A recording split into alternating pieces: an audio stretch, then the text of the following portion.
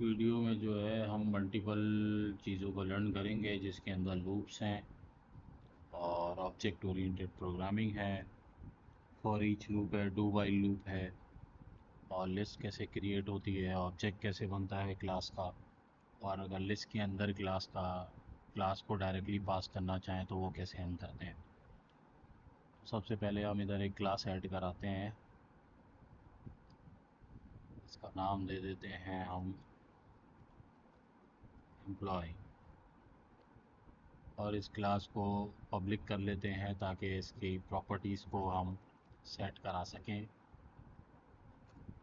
जहाँ भी चाहें वहाँ कॉल करा सकें। तो एक प्रॉपर्टी इसको हम दे देते हैं नेम की, जो कि एक स्ट्रिंग वैल्यू है, तो इसको गेट सेट कर देते हैं।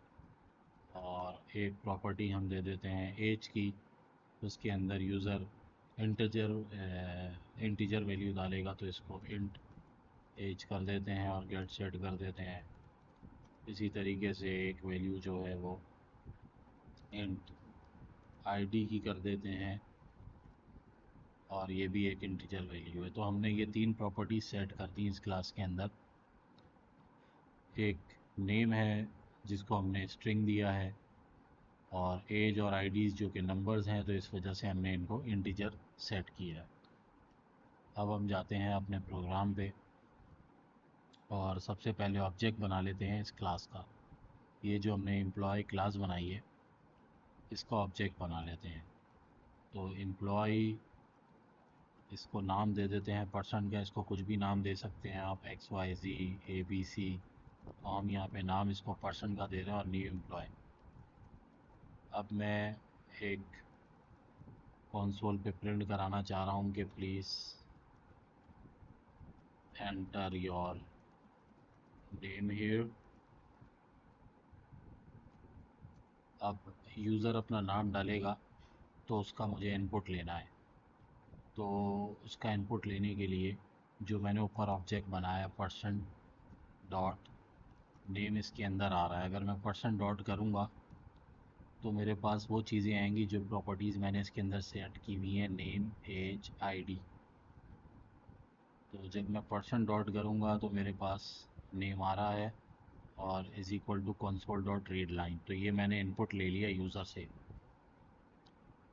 और इसके बाद मैं यूज़र से इनपुट लूँगा प्लीज़ एंटर योर एज।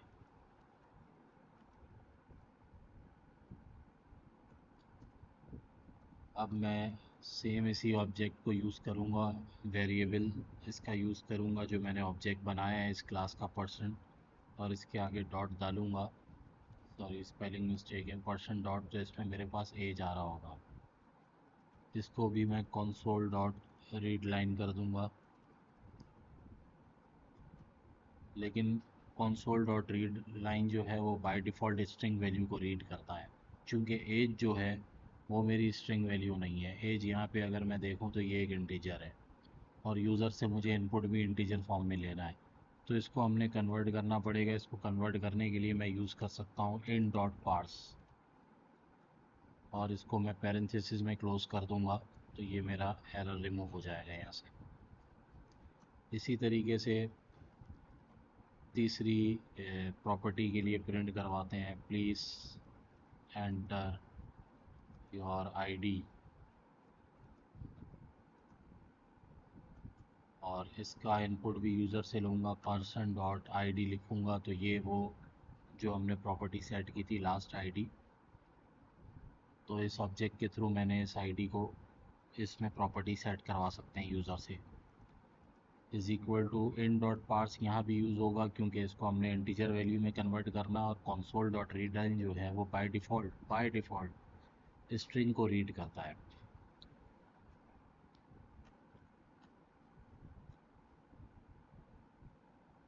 इसके बाद जो है, जब ये यूज़र अपनी वैल्यूज़ दे देगा तो हम इसके अंदर फिर एक लिस्ट बनाते हैं, और हम ये चाहते हैं कि ये लिस्ट में ऐड हो जाएं चीज़ें। तो लिस्ट के अंदर हम डायरेक्ट ये क्लास पास कर सकते हैं एम्प्लॉय, तो ये पास कर दी और इसको हम नाम दे देते हैं लिस्ट पर्सन, और इसके अंदर ऐड करा देते हैं इसका ऑब्जेक्ट है हमारे पास list person dot add person. इसके बाद जो है हम इस पर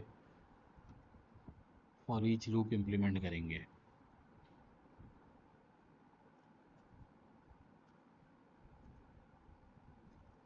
और इधर लिखेंगे console dot right line, variable इसका है e डॉट नेम, और सेकंड प्रॉपर्टी हमारी थी एज की, और तीसरी प्रॉपर्टी हमारी है आईडी की, तो इसमें देंगे e डॉट आई।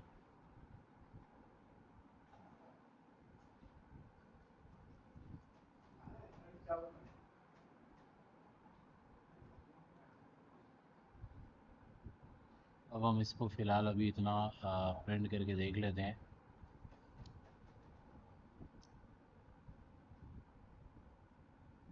कि मेरे पास यहाँ पे प्रिंट हो रहा है please enter your name here. अगर मैं नेम डालता हूँ, तो ये द पार्सली सेकंड क्वेरी मेरे पास आ रही है एज की, जो कि इंटीजर वैल्यू सेट हुई हुई है, तो मैं एज दे देता हूँ और आईडी अपनी 11। तो ये मेरे पास फॉर ईच के थ्रू जो है प्रिंट हो गया। अब चूँकि ये दोबारा मेरे टास्क पे रिटर्न नहीं हो रहा, एक ही दफ़ा प्रिंट होके कंसोल क्लोज़ हो जा रहा है, और मैं चाहता हूँ कि ये दोबारा वापस इस टास्क पे आए, और जब तक यूज़र नो ना कर दे तब तक यही प्रोसेस रिपीट होता रहे।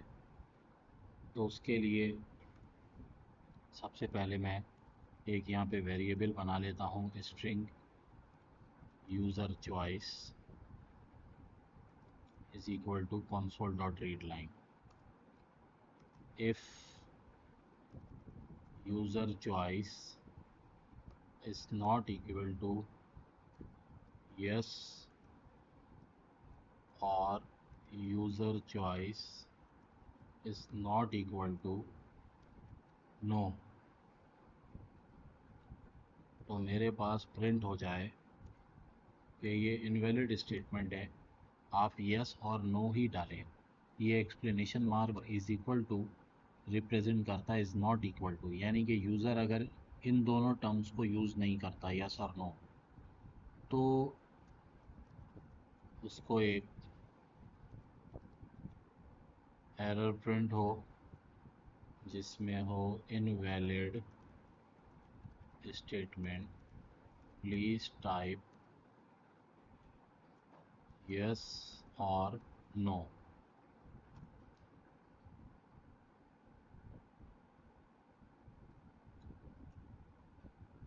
ठीक है, तो अब यूज़र अगर यस और नो प्रिंट नहीं करेगा तो ये स्टेटमेंट प्रिंट होगी, लेकिन अगर यूज़र यस प्रिंट करता है तो मुझे ये परफॉर्म करवाना है।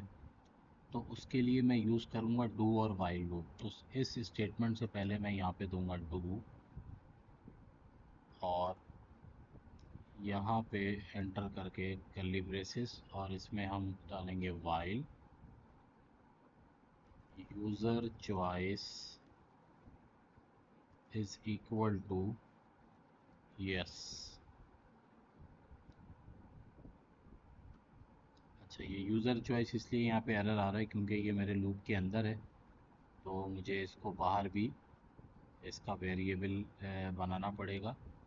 तो उसके लिए मैं ये कर सकता हूँ कि अपने डू लूप के ऊपर स्ट्रिंग यूज़र चॉइस, तो अब ये मेरे एरर रिमूव हो गए। अब अगर यूज़र यस करेगा तो ये रिपीट होगा, और अगर यूज़र यस के अलावा कोई और, यस और नो के अलावा कोई और स्टेटमेंट देगा तो ये एक्सेप्शन प्रिंट होनी चाहिए मेरे पास।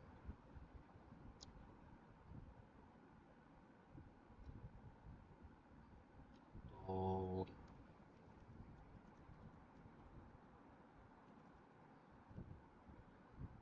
इसको चेक करते हैं। Enter your name Syed Abbas Ali, Enter your age 33, ID 11, और यहाँ पे मुझे प्रिंट करना होगा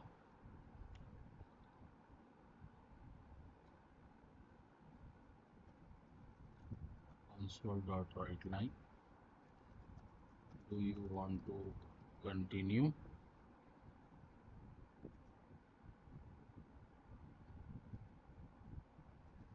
Please type yes or no.